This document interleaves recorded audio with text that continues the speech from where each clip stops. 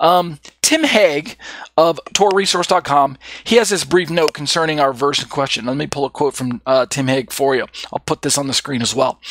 Quote, "The introduction of angels into the narrative at this point, while surely possible, seems unlikely." And again, Tim Hegg is taking the traditional Christian perspective that I hold to, that it's unlikely that we need to even really bring angels in, even though Judaism does. It's a possibility, but it's a strong improbability.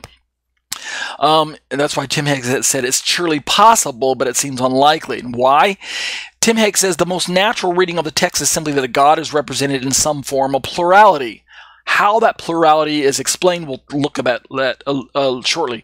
That an early sage such as Rabbi Ammi of from 80 to 110 CE would interpret this as meaning that God consulted with himself. So notice, even within ancient Jewish sages, not everybody agreed that God was speaking with the angels. Rabbi Ammi of the 1st century interpreted that God was consulting with himself. This may indicate, Hegg says, that the later sages who sought to find another explanation were motivated in some measure by the ongoing polemic with the emerging Christian church. So the perspective that Rashi holds, which is a later perspective, much older, later than the 1st century rabbi that we just looked at. Rashi comes along later on, like I think 14th, 15th century, something like that, 16th century. But hundreds of years, if not thousands, more than 1,000 years later, and he represents some kind of modern rabbinic Judaism as it's developing its polemic against Christian theology that God is three, something like that, or triune.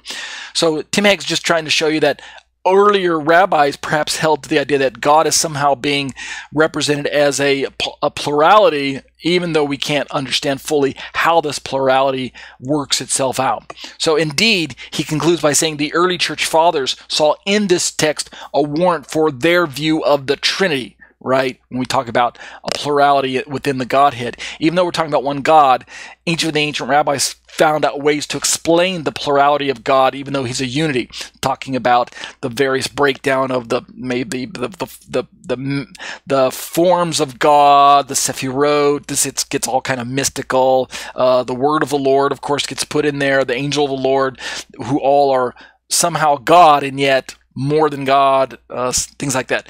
So what I say is that, in my opinion, to find a simple internet Bible teacher such as myself suggesting that it is possible that the angels were consulted should not be too outrageous, right? I mean, I'm suggesting that it's possible, but it's not probable, right? I mean, why are you guys slamming my video for saying that it's possible?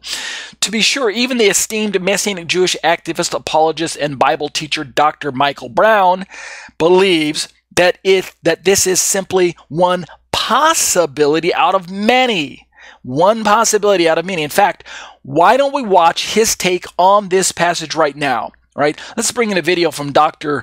Brown where he's going to discuss it for the next 5 minutes or so about this possibility. Check out this excerpt from a video of his on the Trinity in the Old Testament. So let's start in Genesis chapter 1, verse 26. Genesis 1:26. And the verse is well known, Naseh Adam b'tzelmenu kidmutenu. So literally, let us make man in our image according to our likeness. Now, I put on the screen for you the Sefaria website, sefaria.org. Tens of thousands of dollars worth of books, all there free online in Hebrew, Aramaic, and in many cases, English translation. So if you have that, you go to that website. If you're on your cell phone, you click on the verse itself and actually the writing of the verse. If you're looking on your desktop, you click on the number of the verse, and that will get you over to the commentaries. So let's see what Rashi, foremost rabbinic commentator, let's see what he has to say. And he's explaining, we will make man. Why does it say we? And he explains the meekness of the Holy One, blessed be he. They, meaning the rabbis, learned from here, because the man is in the likeness of the angels, and they might envy him. Therefore, he took counsel with them. So Rashi goes on with his comments, but what he's basically saying is that the reason it says, let us make man, is that he did it taking counsel of the angels, because man's created in God's image, and the angels are likewise created in God's image, but because man is going to be more exalted, so the angels wouldn't be envious. This in his meekness, modeling that for us is Nase Adam B'Tselmeinu Kidmitenu, let us make man. Because many Christians read that and say, well, that must be Trinity. Let's see what Ovadia Sforno, he lives about 400 years after Rashi. Let's see what he says about the meaning of this. Why does it say, let us make man? And he says, at this point, God endowed his entourage to carry out the task assigned to it, so that he creates together with the angels, hence, Nase, let us make. All right, we'll step back from here for a moment. There are many, many other rabbinic commentators on this, but all that to say, it got their attention. The words, let us make in our image, according to our likeness, that got their attention. Because elsewhere, God created, God spoke, etc. Now it says, let us.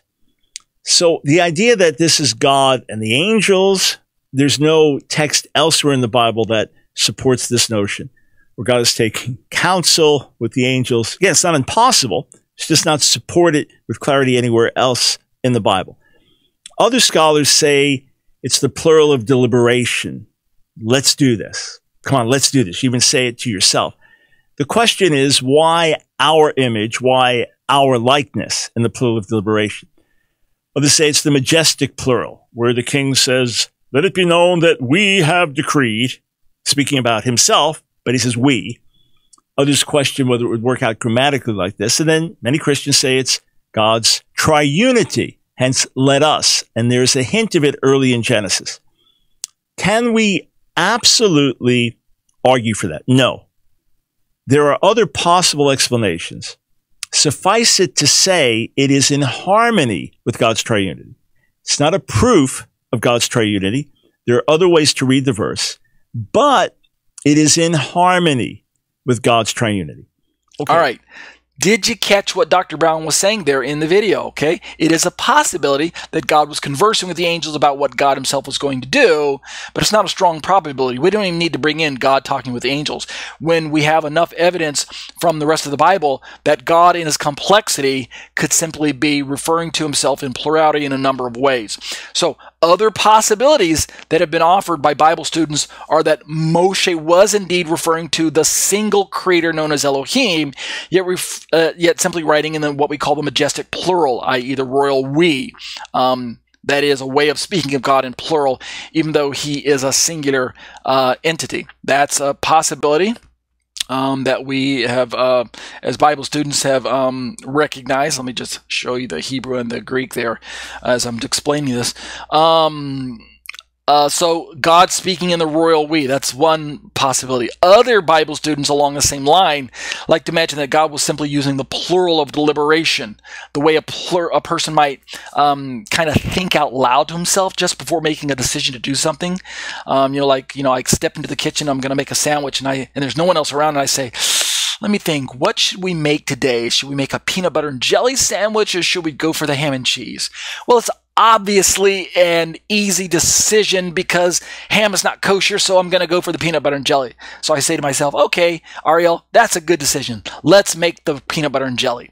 Notice in this little imaginary conversation that I'm using we, and I'm talking to myself in third person. I'm talking to myself in Ariel. Well, using plural pronouns instead of a singular one, it's not unusual when we talk about talking to oneself, plural of deliberation. So to support these particular views, many of the same Bible students that I'm probably referencing remind us that the Hebrew word Elohim in this verse is actually plural. We looked at that earlier, and thus supposedly proves the point, right? Elohim, it's plural. I mean, the grammatical term is plural. Now, while I admit that Elohim is indeed a plural word, At least in the Hebrew it is, Vayomer Elohim. Remember in the Greek, Kai Apen Theos doesn't show up as plural anymore. Suddenly Theos drops down into the singular.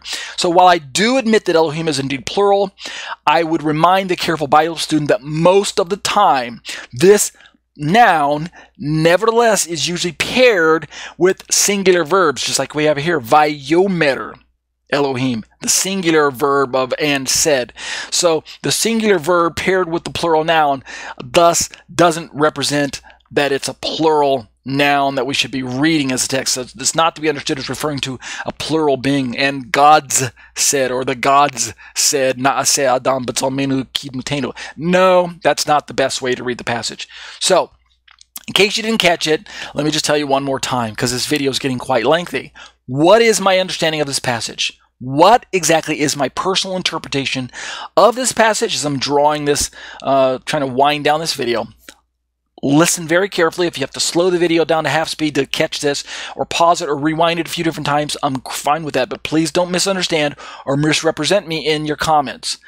I believe unashamedly that the passage is an early revelation of the complex unity that our God exists as, and thus Elohim is indeed conversing with the eternal Word of God, sometimes given the title of the Word of the Lord, like John says, sometimes given the title of the Angel of the Lord, like we find in other passages in the Old Testament, and sometimes simply as Yud He Vav He, YHVH, the Tetragrammaton sometimes pronounced as Yahweh or Hashem.